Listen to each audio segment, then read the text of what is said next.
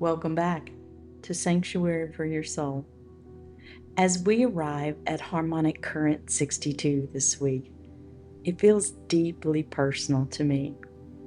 Over the past several weeks, if you've been listening to the Harmonic Currents, we've journeyed through Cancer season together. We've returned to the cosmic womb. We've allowed the emotional waters to wash over and cleanse us. We've learned stillness. We've experienced liberation. We've stepped into new beginnings. But every journey asks one final question of us. Now that you've remembered, what is your voice?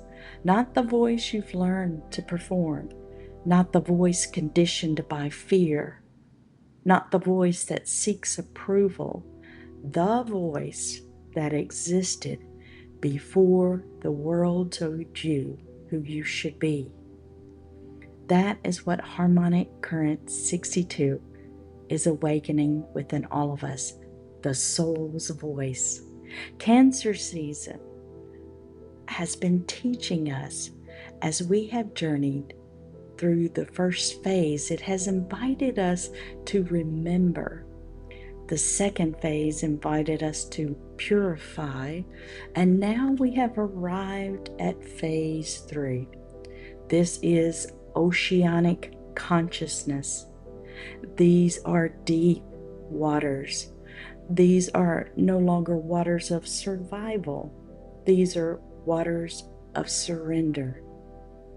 The waters where intuition becomes louder than certainty, where compassion becomes stronger than judgment, where creativity begins to flow.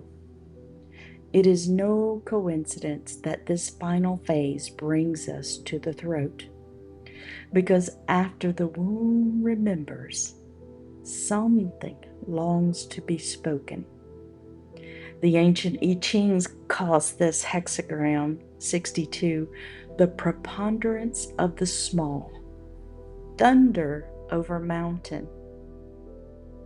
When I sat with this image, I realized something. Thunder is a voice, and mountains listen. Before thunder shakes the earth, it begins as vibration.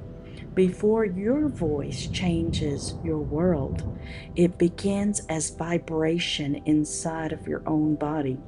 The I Ching reminds us that great transformation rarely begins with grand announcements. It begins with one honest word, one courageous conversation, one truly, finally spoken truth. In the Gene Keys, Richard Rudd tells us the shadow is intellect. Notice he doesn't say intelligence. Intelligence belongs to life itself. Intellect sometimes belongs to fear. Fear says, if I just think a little longer, if I gather more information, if I prepare more, then I'll finally be ready to speak. How many of us have silenced our voice because we believed we needed one more answer, one more course, one more certification, one more confirmation? The intellect doesn't simply collect facts. It postpones expression. It says, not yet. The gift is precision. Precision is knowing that one truthful sentence carries more power than 1,000 anxious thoughts.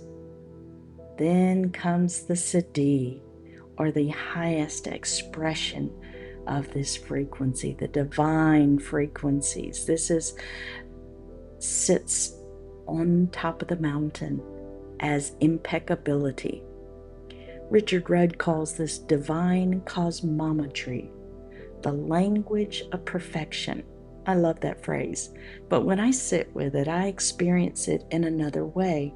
I experience it as life finding its voice through us, through me, through you. In the human design, this is gate 62 in the throat center. The voice says, I think. People often misunderstand this. This isn't the gate of opinion, like we all have. It's the gate that gives language to understanding.